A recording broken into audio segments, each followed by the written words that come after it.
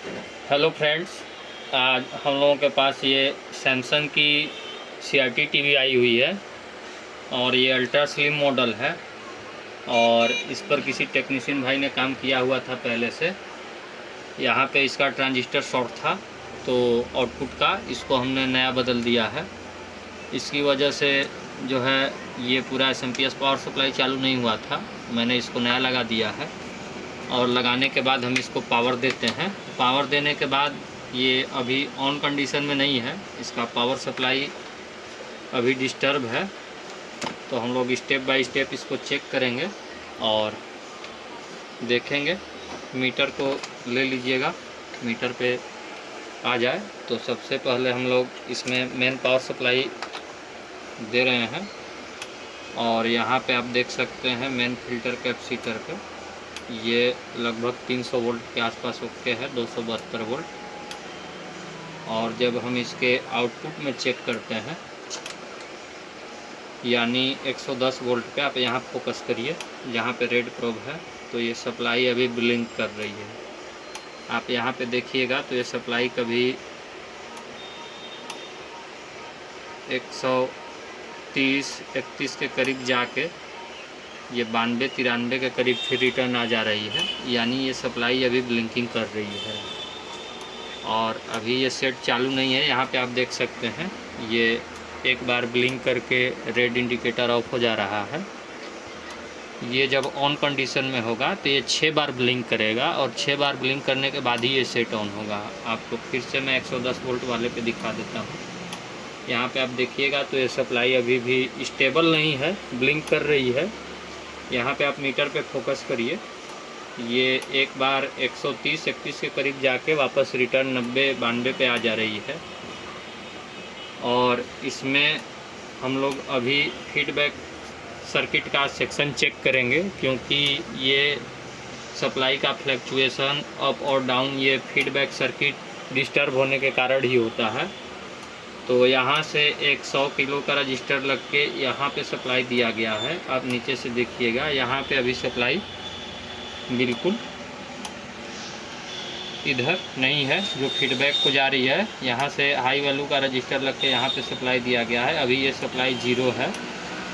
तो यहाँ का रजिस्टर चेक करते हैं और ख़राब होगा तो हम नया लगाते हैं। तो फ्रेंड्स, हम लोग अभी यहाँ पे 100 किलो का रजिस्टर ऊपर से लगा के देखते हैं।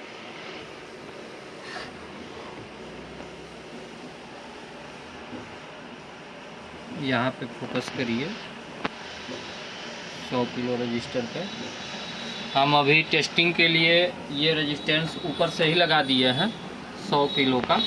110 वोल्ट से ये फीडबैक के लिए लगी हुई है हाई वैल्यू से। तो आप देख सकते हैं यहाँ पे मैंने इस रजिस्टर को जूम कर दीजिए एक बार, ताकि पता चल जाए सभी टेक्नीशियन भाई को कि ये 100 किलो की रजिस्टर है। तो यहाँ पे हमने ये 100 किलो की रजिस्टर लगा दी है और अब इसको वापस पावर दे के देखते हैं सप्लाई का क्या कंडीशन है, सप्लाई ठीक हुई या नहीं हुई। तो फिर से हमने इसको पावर में लगा दिया है और यहाँ पे देखिएगा तो अभी 2 वोल्ट के करीब मिल रहा है। उस समय ये रजिस्टर जब ख़राब थी तो 0 वोल्ट थे। यहाँ पे आप देखिएगा तो लगभग वही 130-31 के करीब, और इधर देखिएगा तो ये 2 वोल्ट। ये तो ओके हो चुकी है, लेकिन अभी भी सर्किट में फॉल्ट है। तो हम टेस्ट करते हैं। सबसे पहले इस NPN ट्रांजिस्टर के बेस पे चेक करते हैं, बीच वाले पिन पे। तो यहाँ पे 0 वोल्ट है और यहाँ पे भी 0 वोल्ट है और ये इसका ग्राउंड पिन है। तो हमें लगता है ट्रांजिस्टर या तो ख़राब है या किसी ने गलत ट्रांजिस्टर डाल दिया है। तो हम लोग इसको भी ओपन करते हैं। ओपन करने से पहले हम इस कंडेंसर को डिस्चार्ज कर लेते हैं, नहीं तो शॉक लग सकता है। तो हम 110 वाली कंडेंसर को डिस्चार्ज कर लिए हैं और इस ट्रांजिस्टर को निकाल रहे हैं। यहाँ पे फोकस करिए इस ट्रांजिस्टर पे। तो फ्रेंड्स ये ट्रांजिस्टर 1815 नंबर का है। इसको हम डायोड रेंज में मल्टीमीटर से चेक करते हैं। तो ये 1815 को ये NPN ट्रांजिस्टर होता है, तो हम इसको टेस्ट कर रहे हैं डायोड के रेंज में। आप देख सकते हैं ये किनारा वाला बेस है, ये बीच वाला कलेक्टर है और ये वाला एमीटर है। फ्रेंड्स ये ट्रांजिस्टर तो बिल्कुल सही बता रहा है, आप देख सकते हैं मल्टीमीटर पे ये ट्रांजिस्टर बिल्कुल ओके है। एक बार रिटर्न इधर से टेस्ट कर लेते हैं। यहाँ पे देख सकते हैं ये ट्रांजिस्टर बिल्कुल ओके है।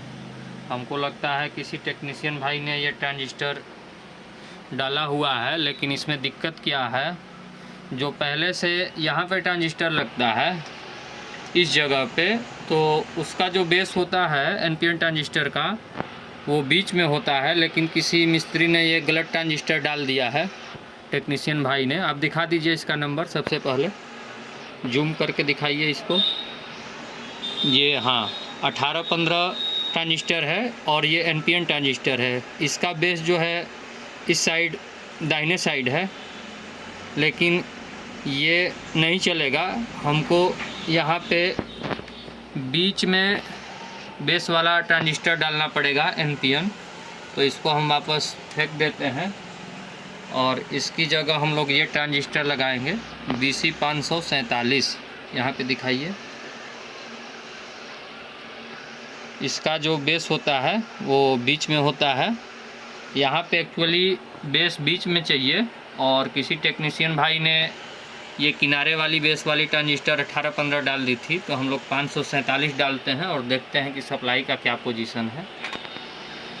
तो चलिए हम एक्चुअली वो 1815 ट्रांजिस्टर सही था, लेकिन उसमें दिक्कत ये थी कि उसका बेस जो है किनारे दाहिनी तरफ था और हमको बेस जो है यहाँ पे सेंटर में चाहिए, तब ये सप्लाई अच्छी तरह से कंट्रोल करेगा।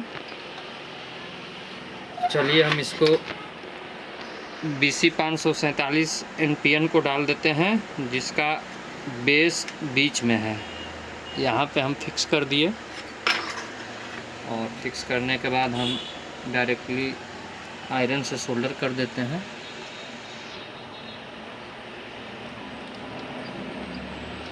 बहुत सारे लोग इसमें चाइना पावर सप्लाई का यूज कर देते हैं, वो गलत चीज़ है, ज़्यादा दिन तक चलता नहीं है, लॉन्ग लाइफ। इसीलिए हम आज इसको ओरिजिनल रिपेयर कर रहे हैं।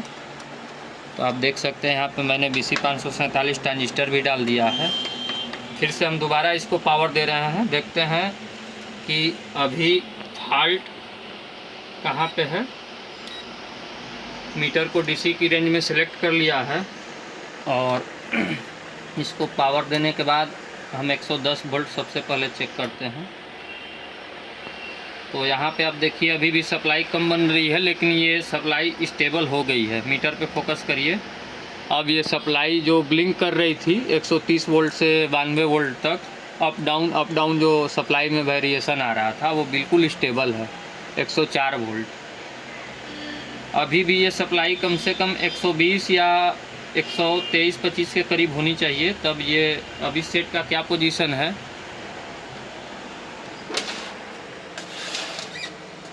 यहाँ पे फोकस करिए, टीवी पे देखिए, यहाँ से किनारे से कट के आ रहा है और लेफ़्ट और राइट दोनों साइड से अभी कटा हुआ है। इसका कारण ये है कि अभी सप्लाई जो 110 वोल्ट वाली है वो कम है। तो चलिए उसको भी हम लोग फिक्स कर देते हैं।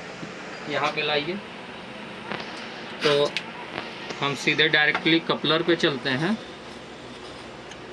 कपलर का 1 नंबर पिन जो होता है वो पॉजिटिव होता है और 2 नंबर पिन निगेटिव होता है। तो फीडबैक के रूप में यहाँ पे 1 से 1.5 वोल्ट होना चाहिए। आप देख रहे हैं कपलर के मैंने 1 नंबर और 2 नंबर पिन पे मीटर का प्रोब लगाया हुआ है और यहाँ पे मीटर पे फोकस करिए 1 वोल्ट मिल रहा है और अभी भी सप्लाई स्टेबल है, लेकिन कम है। हमें जितनी सप्लाई चाहिए उतनी सप्लाई नहीं है। आप यहाँ पे फोकस करिए एक बार, 103 वोल्ट है, देख सकते हैं। हमें अभी भी सप्लाई ज़्यादा चाहिए तो यहाँ पे हम देखते हैं ये सप्लाई गड़बड़ है, जो यहाँ से 2.5 वोल्ट आ रही है। यहाँ पे बीच में 2 रजिस्टेंस लगे हुए हैं, एक यहाँ पे रजिस्टर लगा है और एक रजिस्टर से यहाँ पे ग्राउंड है। ये भी रजिस्टर ख़राब हो सकता है। तो यहाँ पे हम क्या करते हैं कि एक ऊपर से रजिस्टर सप्लाई को कम करने के लिए, यहाँ पे देखिएगा तो अभी 2.5 वोल्ट है, इसको डाउन कर देते हैं तो सप्लाई हमारी बढ़ जाएगी। तो हम पावर को निकाल देते हैं और ये 10 किलो रजिस्टर से हम इस सप्लाई को फीडबैक वाली को ग्राउंड कर देते हैं। इसको अच्छी तरह से ग्राउंड करना पड़ेगा।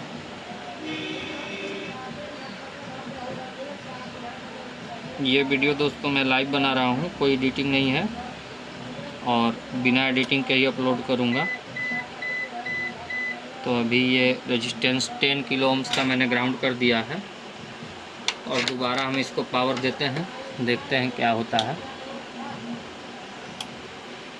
अब हम डायरेक्टली 110 वोल्ट EST वाली चेक करते हैं। आप यहाँ पे देखिए सप्लाई बिल्कुल स्टेबल हो गई और वहाँ पे जो 103 वोल्ट 4 वोल्ट आ रहे थे, अब 128 वोल्ट के करीब बिल्कुल प्रॉपर मिल रहे हैं।